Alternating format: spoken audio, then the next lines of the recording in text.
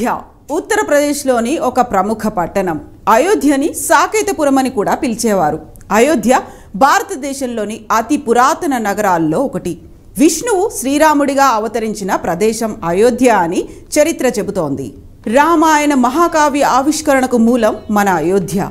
ఉత్తరప్రదేశ్లోని ఫైజాబాద్ జిల్లాలోని ఫైజాబాద్ని ఆనుకుని ఉన్న పట్టణం అయోధ్య సముద్ర మట్టానికి 305 అడుగుల ఎత్తులో ఉంది. మరో విశేషం ఏంటంటే కోసల రాజ్యానికి రాజధానిగా అయోధ్య ఉంటూ వచ్చింది. అయోధ్య శ్రీరాముని చరిత్రలో చాలా ప్రాముఖ్యమున్న నగరం. ఎందుకంటే సాక్షాత్తు శ్రీరాముడు ఈ నగరంలోనే జన్మించినట్లు చరిత్ర చెబుతోంది.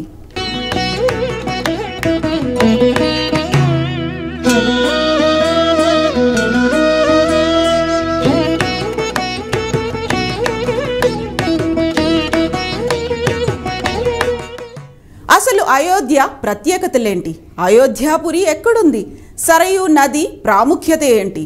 అయోధ్య వెళితే ఏ ప్రదేశాలు చూడాలో ఇప్పుడు చూద్దాం. అయోధ్య సరయూ నదీ తీరాన ఫైజాబాద్కు 6 కిలోమీటర్ల దూరంలో ఉంది.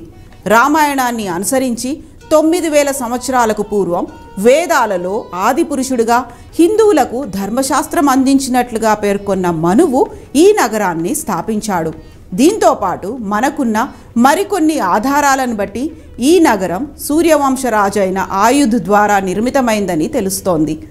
సూర్యవంశ చక్రవర్తులు పాలించిన కోసల దేశానికి అయోధ్య రాజధాని నగరం. అయోధ్యను రాజధానిగా చేసుకొని హిందూ దైవమైన శ్రీరామచంద్రుడు పాలించాడు. అయోధ్యలో చూడాల్సిన ప్రదేశాల్లో ముఖ్యమైనది హనుమాన్ గర్హి. ఇది హనుమంతునికి అంకితం చేయబడిన దేవాలయం.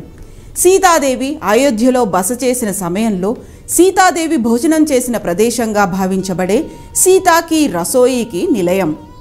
నగరం వార్షిక దీపోత్సవం వేళ కార్యక్రమాన్ని వేలాది మట్టి దీపాలతో జరుపుకునే ఒక పండుగ.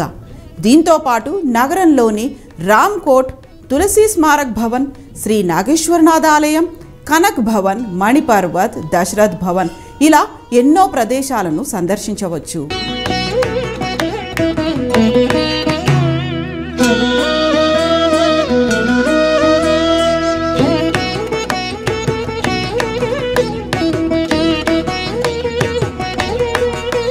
అసలు అయోధ్య వివాదానికి కారణమేంటి? నిజంగానే శ్రీరాముడు అక్కడే జన్మించాడా? మరి ముస్లింలు ఎందుకు అక్కడ మసీదు కట్టారు? ఇలా ఎన్నో ప్రశ్నలకు సమాధానమేంటో తెలుసుకుందాం. అయోధ్య ఒక తేమతో కూడిన ఉప ఉష్ణ మండలీయ వాతావరణాన్ని కలిగి ఉంటుంది. అసలు అయోధ్య వివాదానికి కారణం మొఘల్ వంశానికి ఆద్యుడైన బాబర్ ఇదే స్థలంలో బాబ్రీ మసీదును నిర్మించాడు. దీన్ని ఆయన అంతకు ముందే ఉన్న రామాలయాన్ని కూల్చివేసి కట్టారని కొందరి వాదన. 2005 జూలై 5న 5 ముస్లిం తీవ్రవాదులు అయోధ్యలో ఉన్న తాత్కాలిక రామలీలా ఆలయ ప్రవేశం వద్ద దాడి చేశారు. తర్వాత మొత్తం 5 తీవ్రవాదుల్ని భద్రతా దళాలు తుపాకీతో కాల్చి చంపాయి. బాంబు పేలుళ్లో ఒక పౌరుడు కూడా చనిపోయాడు. 2019 నవంబర్ 9న అయోధ్య తుది తీర్పును వెల్లడిస్తూ కేంద్ర ప్రభుత్వానికి సుప్రీం ఆదేశాలు జారీ చేసింది. వివాదాస్పద స్థలం హిందువులకు అప్పగించాలని కోర్టు తీర్పు వెలువరించింది. 2.77 ఎకరాల వివాదాస్పద స్థలం అయోధ్య ట్రస్టుకు అప్పగించాలని, ప్రత్యామ్నాయంగా 5 ఎకరాల భూమిని సున్నీ బోర్డుకి ఇవ్వాలని ఆదేశాలిచ్చింది. స్థలం స్వాధీనం చేసుకునేందుకు 3 నెలల్లో ట్రస్ట్ ఏర్పాటు చేసి ఆ భూమిని ట్రస్టుకు అప్పగించాలని, ఆలయ నిర్మాణం, నిర్వహణ పనులను ట్రస్ట్ చేపట్టాలని ఆ తీర్పులో వెల్లడించింది.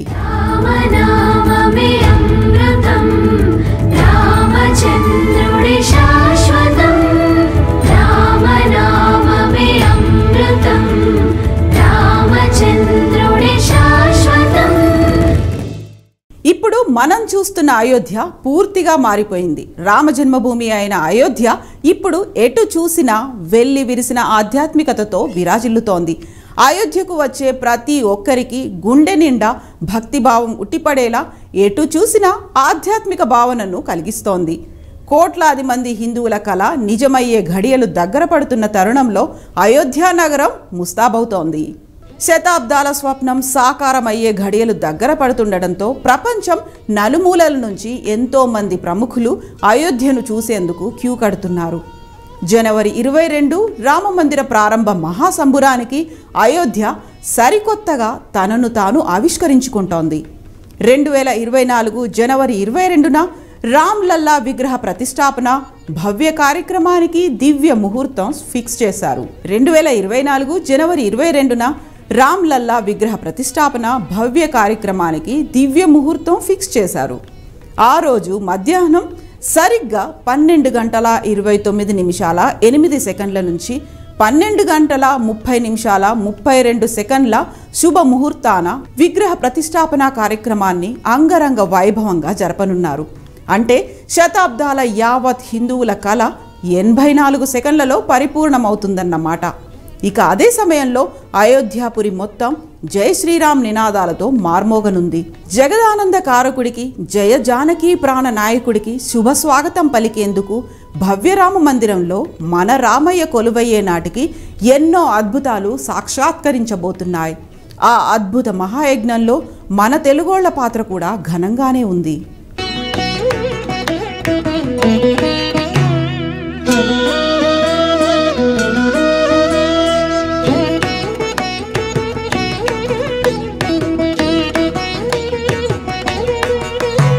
రామమందిరం లక్షలాది మంది భక్తులకు పవిత్రమైన ఆరాధనా స్థలం మాత్రమే కాదు, ఆలయ నిర్మాణ ఇంజనీరింగ్లో అదొక అద్భుతమైన సాహసం. ఇనుము, ఉక్కు, సిమెంట్, స్టీలు వంటి ఏ ఆధునిక వస్తువులను ఉపయోగించకుండా వేల సంవత్సరాల పాటు ఎలాంటి పరిస్థితినైనా తట్టుకొని ఉండేలా ఈ ఆలయాన్ని నిర్మిస్తున్నారు. ఆలయ నిర్మాణంలో ఉన్న మరిన్ని అద్భుతాలను చూద్దాం పదండి. విశ్వ ఆధ్యాత్మిక నగరిగా విరాజిల్లుతున్న అయోధ్యలో ఎక్కడ చూసినా ఆధ్యాత్మిక పరిమళాలతో విరాజిల్లబోతోంది. లక్షలాది మంది హాజరయ్యే భవ్య రామమందిర మహా సంరంభ వేడుకకు నా భూతో నా భవిష్యత్ అన్న రీతిలో ఏర్పాట్లు చేశారు. ఈ మహత్కార్యంలో తాము భాగస్వాములయ్యేందుకు భక్తజనం కూడా ఉవ్విళ్ళూరుతున్నారు.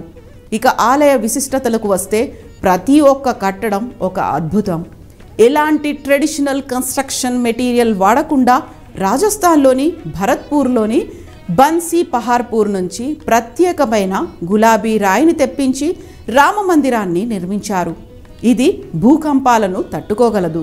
దీని బరువు కూడా చాలా తేలికగా ఉంటుంది. ఇక ఈ రాళ్లపై ఇంట్రికేట్ ప్యాటర్న్స్ అద్భుతంగా చెక్కారు. పొడవైన కమ్మీలు, లాక్స్తో వీటిని ఒకదానికొకటి ఫిట్ చేశారు. బైండింగ్ ఏజెంట్, గ్లూ అవసరం లేకుండా నిర్మాణం చేశారు. ఈ టెక్నాలజీ వల్ల టెంపుల్ చాలా స్టేబుల్గా ఉండడమే కాకుండా వేలాది సంవత్సరాలు దెబ్బతినకుండా ఉంటుంది. దీంతో పాటు పురాతన నాగర నిర్మాణ శైలిని కూడా ఇది సంరక్షిస్తుంది.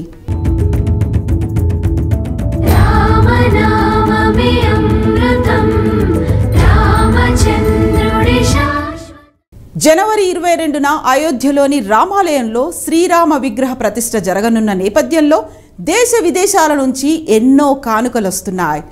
రాముని అమ్మమ్మ వారి ఊరు నుంచి కొన్ని కానుకలు వస్తే సీతమ్మ పుట్టింటి నుంచి చీరా సారే కూడా ఘనంగానే వచ్చింది. అతిపెద్ద ధూపం, 2000 కిలోలకు పైగా ఉన్న గంట, బంగారు పాదుకలు, తాళం చెవి, ఇలా ఎన్నో కానుకలు రాములోరి సన్నిధికి చేరుకున్నాయి. రామమందిర నిర్మాణం పూర్తిగా వచ్చింది. ఇక కొన్ని పనులు మినహా దాదాపు అన్ని పనులు పూర్తయ్యాయి. రామ్లల్లా విగ్రహ ప్రతిష్టాపనకు సమయం దగ్గర పడుతున్న నేపథ్యంలో రాములోరికి దేశ విదేశాల నుంచి ఎన్నో కానుకలు వస్తున్నాయి. వీటిలో కొన్ని రామాయణ ఇతిహాసంలో పేర్కొన్న ప్రదేశాల నుంచి ఆనవాలుగా కానుకలు వస్తుండడం విశేషం. 108 అడుగుల పొడవైన ధూపం స్టిక్, 2100 కిలోల బరువున్న గంట, 1100 కిలోల బరువున్న భారీ దీపం, బంగారు పాదుకలు, 100 అడుగుల పొడవున్న తాళం చెవి, 8 దేశాల సమయాన్ని ఏకకాలంలో ఒకేసారి చూపించగలిగే గడియారం తదితర ప్రత్యేక అద్భుత బహుమతుల్లో కొన్ని శ్రీరామ విగ్రహ ప్రతిష్టకు ముందే చేరుకున్నాయి. సీత జన్మభూమిగా పేరొందిన నేపాల్లోని జనక్పూర్ నుంచి 3000కు పైగా కానుకలు అయోధ్యకు చేరాయి. వీటిలో వెండి పాదుకలు, ఆభరణాలు, వస్త్రాలు ఉన్నాయి. నేపాల్లోని జనక్పూర్ ధామ్ రామ్ జానకి ఆలయం నుంచి 300 వాహనాల ద్వారా అయోధ్యకు చీరా సారే చేరుకుంది. శ్రీలంకలోని అశోక్ వాటికా నుంచి కూడా ప్రత్యేకమైన బహుమతులతో ప్రతినిధి బృందం అయోధ్యకు తరలివచ్చింది. లంకలో రావణుని నిర్బంధంలో సీత ఉన్న అశోకవనం నుంచి ఒక శిలను అయోధ్యకు తీసుకొచ్చారు. 108 అడుగుల పొడవుతో 3.5 అడుగుల వెడల్పుతో 3610 కిలోల బరువున్న ధూపం స్టిక్ను గుజరాత్లోని వడోదరాలో 6 నెలల పాటు తయారు చేశారు. ఈ ధూపం 40 రోజుల పాటు అనేక కిలోమీటర్ల దూరం సుగంధాన్ని విరజిమ్ముతుంది. ఇది పర్యావరణ హితంగా ఉంటుందని దీన్ని తయారు చేసిన వడోదరా కళాకారుడు విహభరద్వాజ్ అంటున్నారు. ఈ ధూపం స్టిక్ను తయారు చేయడానికి 378 కిలోల గుగ్గిలం, 376 కిలోల కొబ్బరి చిప్పలు, 190 కిలోల నెయ్యి, 1470 కిలోల ఆవు పేడ, 420 కిలోల మూలికలు ఉపయోగించామని ఆయన వివరించారు. ఢిల్లీలోని కుతుబ్ మినార్ పొడవులో సగం దీని పొడవు ఉంటుందన్నారు. ఇక 2100 కిలోల బరువున్న గంటను అష్టధాతు అంటే 8 లోహాలతో ఉత్తరప్రదేశ్లోని ఈటాకు చెందిన జలేసార్లో తయారు చేశారు. దీన్ని తయారు చేయడానికి వారికి 2 ఏళ్లు పట్టింది.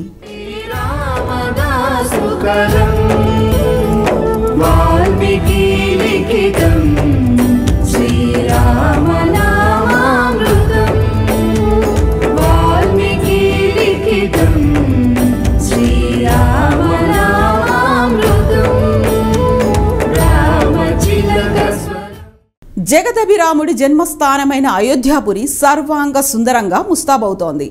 రామమందిరం ప్రారంభం, విగ్రహ ప్రాణప్రతిష్ఠకు సమయం దగ్గర పడుతుండటంతో నిర్మాణ సుందరీకరణ పనులు కూడా శరవేగంగా జరుగుతున్నాయి. ఆలయ నిర్మాణంలో వివిధ రాష్ట్రాల కళాకారులు, కార్మికులు పాలుపంచుకుంటున్నారు. అయోధ్య రామమందిరం ప్రపంచంలోనే 3వ అతిపెద్ద హిందూ దేవాలయంగా రూపుదిద్దుకుంది. మన జీవితంలో ఒక్క